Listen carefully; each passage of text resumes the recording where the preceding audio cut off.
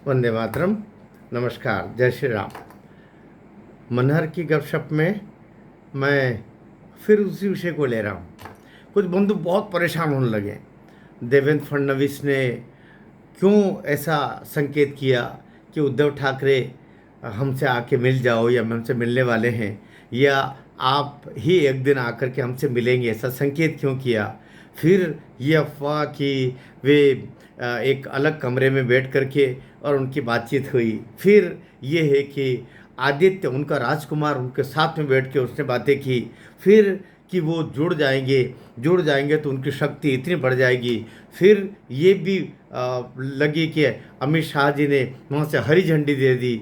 फिर ये एक और अफवाह उड़ी, मोदी जी ने स्वयं ही वहाँ से उनको खबर करवा दी। अफवाहों पे अफवाहें, अफवाहों पर एक वाक्य विधानसभा में देवेंद्र फडणवीस भाई ने जो क्या बोल दिया, उसके बाद अफवाहों का बाजार गर्म हो गया। मैं ये कहना चाह रहा हूँ, और मैं ये बार बार, मैं दो बात पे बात कहूँगा, दो दो बिंदुओं पर बात कर रहा हूँ। मैं ये कहना चाह रहा हूँ और बहुत स्पष्ट कहना चाह रहा हूँ कि उद्धव ठाकरे, देवेंद्र फडणवीस भले ही एक थाली में भोजन करना शुरू कर दें, याराना निभा लें, या कि उनकी यूबीटी जाके और बीजेपी के साथ मिल करके सरकार में शामिल हो जाएं, या कि उन्हें अमित शाह जी और मोदी जी माफ़ कर दें। ये संभावनाएं नादानी और मैं कहता हूं मूर्खता से भरी हुई है। एक अभी कहीं एक नेता को नाम लेने से फिर उनके ऊपर फिर चर्चा शुरू हो जाएगी, जिनके थोड़ी तुनक मिजाजी के कारण से उनको बीजेपी में शामिल क्यों किया, साथ अलायंस क्यों किया, इसको लेकर के संघ के मुखपत्र में तक शिकायतें हुई और आई बात कि इनको शामिल करने से बीजेपी की छवि खराब हुई। संघ के जो बड़े अखबार हैं उन दोनों में इसको लेकर के और टिप्पणियां हुई, लेकिन हो गया। उससे बड़ी मुश्किल से संघ ने और आम जनता में भी छवि कोई बहुत अच्छी नहीं गई थी। एक नाथ शिंदे को साथ में जुड़ने से तो किसी को कोई दिक्कत नहीं थी, लेकिन पवार जी के जुड़ने से दिक्कतें आई और जनता में भी सही संदेश नहीं गया, और विवाद बीच में होते रहे चर्चाओं में। और इधर जो संघ भी के लोग भी ये थे कि आपने सही नहीं किया, क्योंकि भारतीय जनता पार्टी मूलतः तो नैतिकता से परिपूर्ण पार्टी है, जिसके दो आशय हैं। एक सनातन धर्म की संरक्षा, पोषण, प्रोत्साहन, और दूसरा राष्ट्र की चिंता। मेरा राष्ट्र परम वैभव तक पहुँचे, हम भारत माँ के आंसू पहुँचे।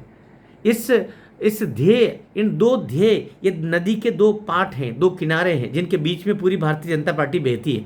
एक तरफ राष्ट्रवाद है, दूसरी तरफ सनातन है, बीच में ये भगीरथी बह रही है, भारतीय जनता पार्टी रूपी।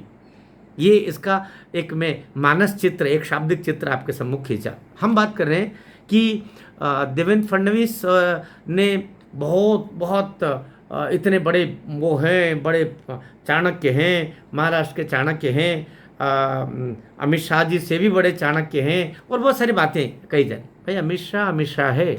अमित शाह इस बात को कभी नहीं भूलेंगे कि उद्धव ठाकरे ने अभी जो पिछले ये चुनाव से पहले वाले चुनाव में अलायंस करने के लिए आदित्य ठाकरे को भेजा था। उद्धव ठाकरे खुद मातोश्री में बैठ करके और आनंद कर रहे होंगे जो भी, और बातचीत करने के लिए उस बच्चे को भेजा था, जो आगे चल के दिशा सालियान और सुशांत सिंह के हत्या के केस में जिस पर आरोप बराबर कोर्ट में चल रहे हैं।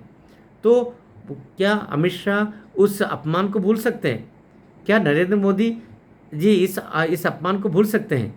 और अगर उनकी छाती पर मूंग दल करके देवेंद्र फडणवीस जी अगर गलबैयाँ करते हैं उद्धव ठाकरे से, तो अमित शाह जी और माननीय मोदी जी क्षमा करेंगे? इसलिए मुझे नहीं लगता कहीं से भी कि देवेंद्र फडणवीस जैसा परिपक्व नेता, जिसकी खुद की भी बिटिया है, वो जानते बेटी का दर्द क्या होता है। वो दिशा सालियान के साथ में जो रेप, मर्डर और अपमानित तरीके से मरने के बाद में भी उस लड़की का अपमान हुआ, उसको कोई भी शासक कैसे भूल सकता है। शासन वे तब भी उस समय कहीं ना कहीं उद्धव सरकार के समय पे वो विपक्ष के नेता थे। बाद में उस नाते भी उनकी जिम्मेदारी थी। विपक्ष का नेता एक उसको वो मंत्री पद उनके पास में रहता है और जनता की आवाज़ उठाने का कर्तव्य और अधिकार दोनों विपक्ष के नेता के पास में रहता। तो उद्धव जब थे तब देवेंद्र जी उस समय विपक्ष के नेता थे। बाद में सरकार बनी, भले ही एकनाथ शिंदे जी मुख्यमंत्री बने, लेकिन गृह मंत्रालय अर्थात पुलिस प्रशासन सारा कुछ देवेंद्र फडणवीस जी के पास में था। कालांतर में फिर सरकार बनी तो एकनाथ शिंदे जी की जगह देवेंद्र फडणवीस ही मुख्यमंत्री बन गए और संयोग से गृह मंत्रालय देवेंद्र फडणवीस जी के पास ही है, इसलिए सारे आरोप उनके ऊपर जा रहे हैं। ये बात क्या देवेंद्र फडणवीस जी नहीं जानते? और देवेंद्र फडणवीस जी क्या इससे अनजान रह सकते कि इसी मुंबई पर छाती पर मूंग दल करके और इन्होंने कितने कितने अत्याचार किए, ये किस तरीके से जो भारत चैनल के का जो करता धरता है उसको कैसे अरेस्ट कर करके और जेल में ठूसने का प्रयास नहीं किया, जेल में ठूस दिया था तो उसके खिलाफ बोले थे, इसलिए उसकी ज़रूरत देखो आप। और शने शने उद्धव ठाकरे की प्रतिष्ठा इतनी खर्च होती गई, इतनी गिरती गई, इतनी ख़त्म होती गई कि अब उद्धव ठाकरे जीरो पर है। और ध्यान रखिएगा देवेंद्र फडणवीस जी, उद्धव ठाकरे जी के साथ जो भी जुड़ेगा वो नष्ट हो जाएगा, ये आप लिख लीजिए, क्योंकि उनकी प्रतिष्ठा केवल अब जब तक वो अभी और ये चुनावों तक और है, उतने में तो 15-20 विधायक रह गए। कितने विधायक थे, कहाँ सत्ताएं हुआ करती थी, हैं, शिवसेना के नाम से शव सेना हो गई है। तो अब कोई प्रतिष्ठा रही नहीं है। क्या देवेंद्र फडणवीस जी इस बात को नहीं जानते? कितने उन्होंने पलटियां मारी देवेंद्र फडणवीस जी को धोखा देने के लिए, क्या देवेंद्र फडणवीस जी नहीं जानते? इसलिए और फिर सबसे बड़ी बात, मैं दूसरा पक्ष बोल रहा हूँ, एक कल्पना भर करके देख लीजिएगा, ये भी नदी के दो पार्ट हो चुके हैं। कौन? एकनाथ शिंदे और उद्धव ठाकरे। उद्धव और एकनाथ शिंदे अब कभी एक नहीं हो सकते। और ये भी याद रखिएगा, और मैं फिर दावे से इस बात को बोल रहा हूँ, उद्धव ठाकरे ऐसे ऐसे ऐसे करके मंच पर नाचने वाला, जैसे एक बंदर होता ना, वो जनता के सामने पानी विहीन, कहाँ बाला साहब ठाकरे सर का शौर्य पुरुष है, किसी के सामने न झुके।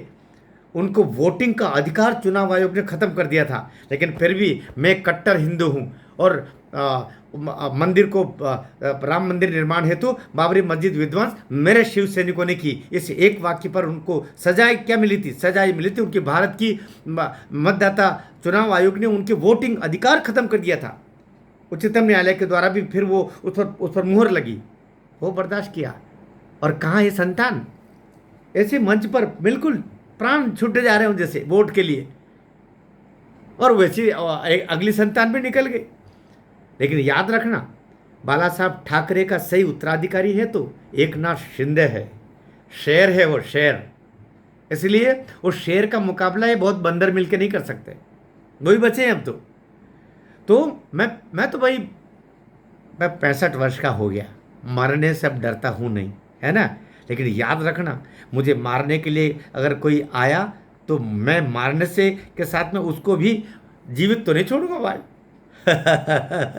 इसलिए चिंता की बात रही, हाँ, चिंता की बात, जी लिए जितने जी लिए। अगर उस बिटिया के लिए और उस बेटे के लिए, दिशा सालियान और सुशांत सिंह के न्याय यात्रा में अगर कोई हमको मार भी देता है, ये हरामखोर मार देते हैं कोई दिक्कत नहीं, है ना। तो मैं एक तो बंधुओं से आपसे कहना चाहता हूँ कि मुझे ये निराशा भरे वक्तव्य मेरे चैनल पर मत डालिए। मैं ये चैनल पैसे के लिए नहीं करता। मुझे ये भी कहा जाता है कि अब वीडियो क्यों नहीं डाल रहे हो, है ना। आइए वीडियो डाल रहा हूँ और अब रोज डालूंगा। याद रखिएगा, जब तक दिशा सालियान सुशांत सिंह को न्याय नहीं मिलता है, मेरे इस पर भले एक व्यू आए, एक भी व्यू नहीं आए, फिर भी मैं प्रतिदिन अब वीडियो डालूंगा, अब और ज़्यादा डालूंगा। आंधियाँ मगरूर दरख्तों को पटक जाएगी, आंधियाँ मगरूर दरख्तों को पटक जाएगी, पर वो शाख बचेगी जो लचक जाएगी। मैं वो शाख हूँ जो विनम्रतापूर्वक देवेंद्र फडणवीस से हाथ जोड़ के बोल रहा हूँ, हाथ जोड़ के बोल रहा हूँ नरेंद्र मोदी जी से, हाथ जोड़ के बोल रहा हूँ अमित शाह से, हाथ जोड़ के बोल रहा हूँ सारे जजेस से। तुम्हारे भीतर एक बेटी का दर्द, एक बेटी की के प्रति तड़प हो तो निश्चित रूप से इन दोनों हुतात्माओं को, दोनों मृत आत्माओं को न्याय दिलाने के लिए ये आदित्य ठाकरे और पूरे पूरे इसके गैंग को फांसी पे झुलाइए। अब कानूनी पक्ष की बात कर ले, ये तो बात मैंने वो कर ली, कानूनी पक्ष की बात कर रहा हूँ स्पष्ट। किसी भी तरीके से इस केस पर देवेंद्र फडणवीस जी, आदित्य ठाकरे जी एक थाली में भोजन करके और एक ही गिलास से दोनों पानी पी लेंगे ना, तो भी इस केस पर असर नहीं पड़ने वाला, बल्कि शायद शायद अब हाईकोर्ट या कि न्यायपालिका ज़्यादा सख्त रवैया अपना सकती है। यह होता है कि भाई इसमें आपका दाऊद इब्राहिम गैंग भी सक्रिय हो जाएगी, हो सकता है जजेस को भी धमकियाँ मिलना शुरू हो जाए, हो सकता है नीलेश ओझा और इन लोगों को और ज़्यादा धमकियाँ तो मिली रही, और ज़्यादा धमकियाँ मिले, हम जैसे लोगों को मार डाला जाए। ठीक है ना भाई, लेकिन ये जो तड़प है न्याय पाने की, ये ख़त्म नहीं होने वाली। और अब क्या होगा, अब क्या है, अभी 2 सप्ताह 3 सप्ताह के बाद में फिर हियरिंग पर आना ही। देवेंद्र फडणवीस जी रहेंगे, एकनाथ शिंदे जी रहेंगे, या और कोई पवार जी बन जाए, वो बन जाए। याद रखना, भूपेश बघेल के लड़के को आज ही ईडी ने अरेस्ट किया। न्याय में देरी हो सकती है, आप कितने ही पावरफुल हो, अंदर जाना पड़ता है, ढोल धमाके के साथ जाना पड़ता है। और आपने अपराध वैसे किए हैं जिसमें कहीं अनैतिकता भी शामिल है, मानवीय क्रूरताएं भी शामिल है, तो फिर फांसी का वो जो एक दुलारा से झूला है ना, उस पर भी झूलना पड़ता है। इसलिए मैं सभी सुशांत सिंह और दिशा के इस न्याय युद्ध में जो योद्धा लड़ रहे हैं उनसे कहना चाहता हूँ, निराश बिल्कुल नहीं होना है। हम कानूनी लड़ाई भी लड़ रहे हैं और ज़रूरी पड़ी तो हम सड़कों पर भी उतरेंगे। मैं विश्वास दिलाता हूँ, मैं मरते दम तक इस न्याय यात्रा में न केवल आपके साथ हूँ, बल्कि अग्रणी भूमिका में हूँ। भारत माता की जय।